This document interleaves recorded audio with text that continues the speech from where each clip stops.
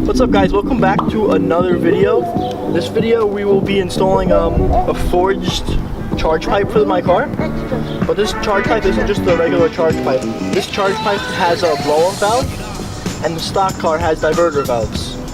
So this here is a little different from a stock setup. It's going to be aftermarket with the blow-off valve and everything. But before I get into the video real quick, I'm just going to explain to you guys the difference between diverter valves and a blow-off valve. Alright, so stock, the car has diverter valves. Diverter valves take the pressure off from the turbo, but don't release it all. They release some of it, but the rest of the pressure gets taken back in through the hoses into the intakes. So some of the pressure and the air gets reused, which makes it different from a blow-off valve. A blow-off valve releases all the pressure at one, like, that's what makes the sound of a blow-off valve. That sound is releasing all the pressure off the turbo, which now when the turbo starts back up, you have to rebuild all the PSI. But once again, diverter valves reuse the air, and then we have the blow-off valve here, which is what I'm installing, releases all the pressure off the turbo. So let's open up this box real quick and see what we got. Here we go. Alright. Start off here with a little forged keychain. We got a forged bottle opener for all the protein shakes. We got a forged USB. I think this has all the install directions on a PDF on it. And then here we just have the one coupling, elbow coupling, whatever you guys want to call it. And we got 4 washers here. And then here we have the diverter valve plugs. And then here itself is got the charge pipe. And then here we have the forged blow-off valve right here. And underneath that we have new vacuum lines to connect the blow-off valve. Alright, so that's that. Let's get into this install. The first thing we're going to want to do is take off the dual cone intakes in my case. But if you still have the stock intakes, take out the intake box. And taking out the intake box, we'll throw in like the description or something. Alright, now that we're under the hood, we just want to take off this connector for the vacuum lines. Throw that, just leave it over here for now, because it will get in your way. Or leave it there, okay, whatever it wants to do. Now we're going to take off both cones. It is an 8mm socket.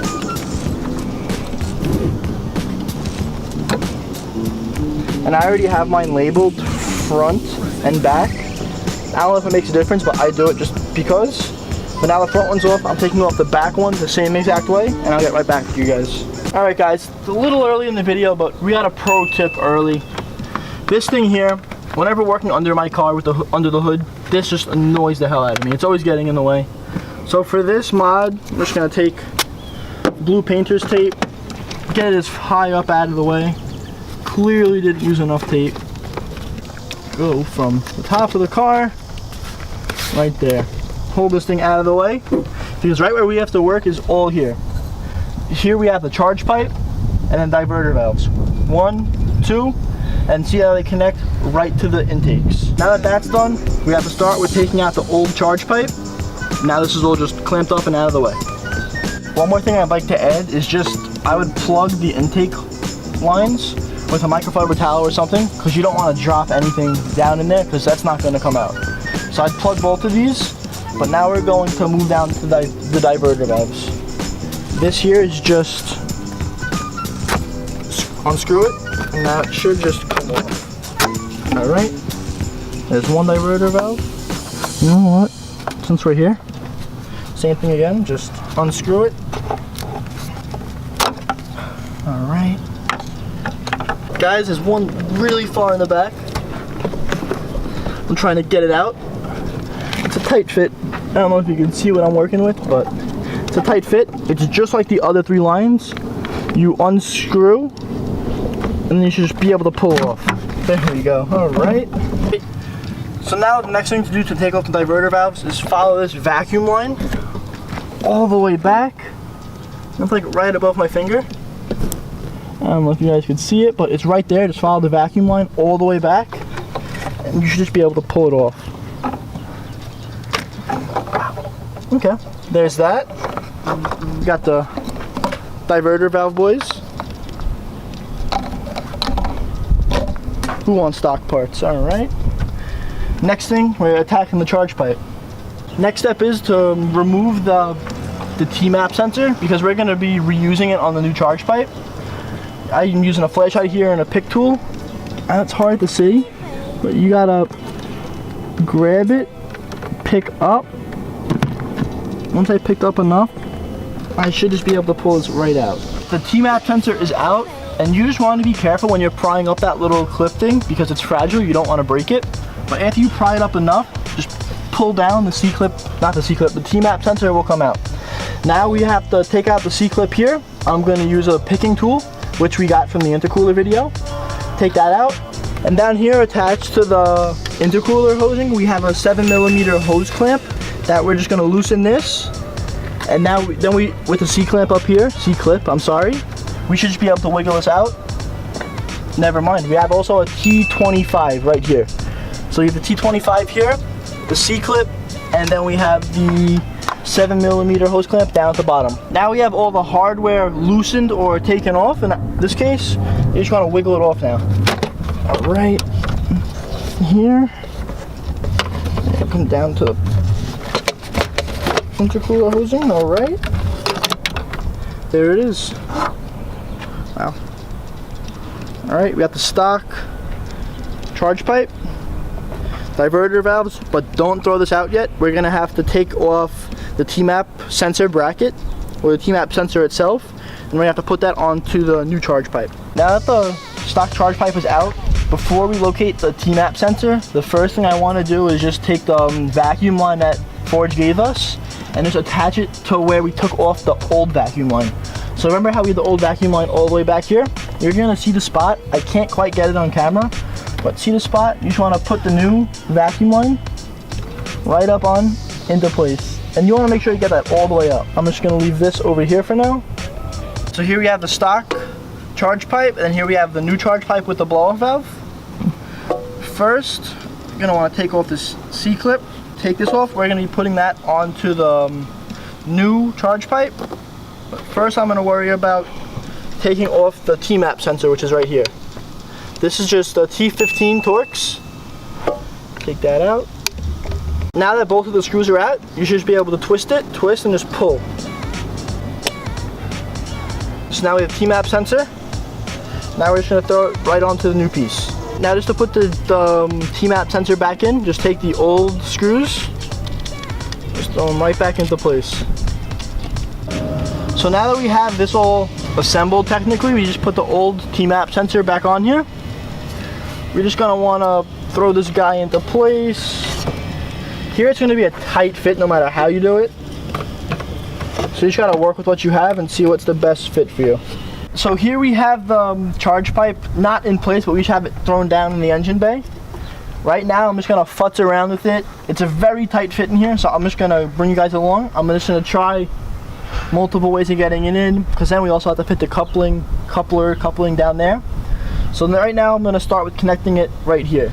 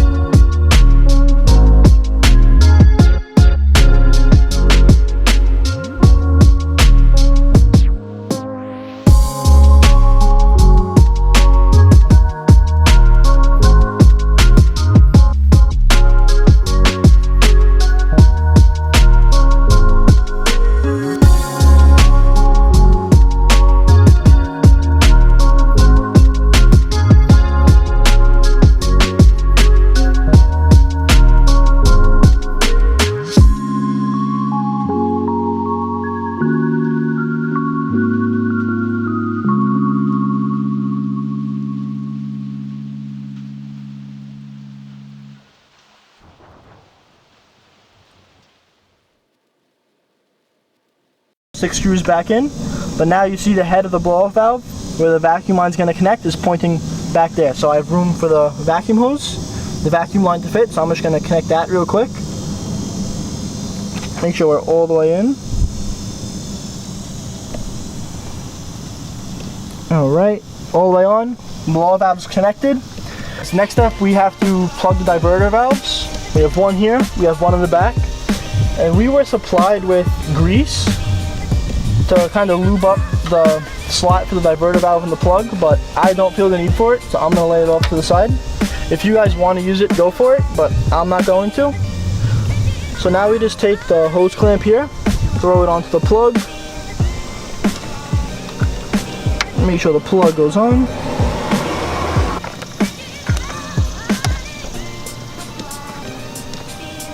Now I'm just going to take the plug and the clamp and repeat the same process in the back. Alright, we have everything done from plugs front and back.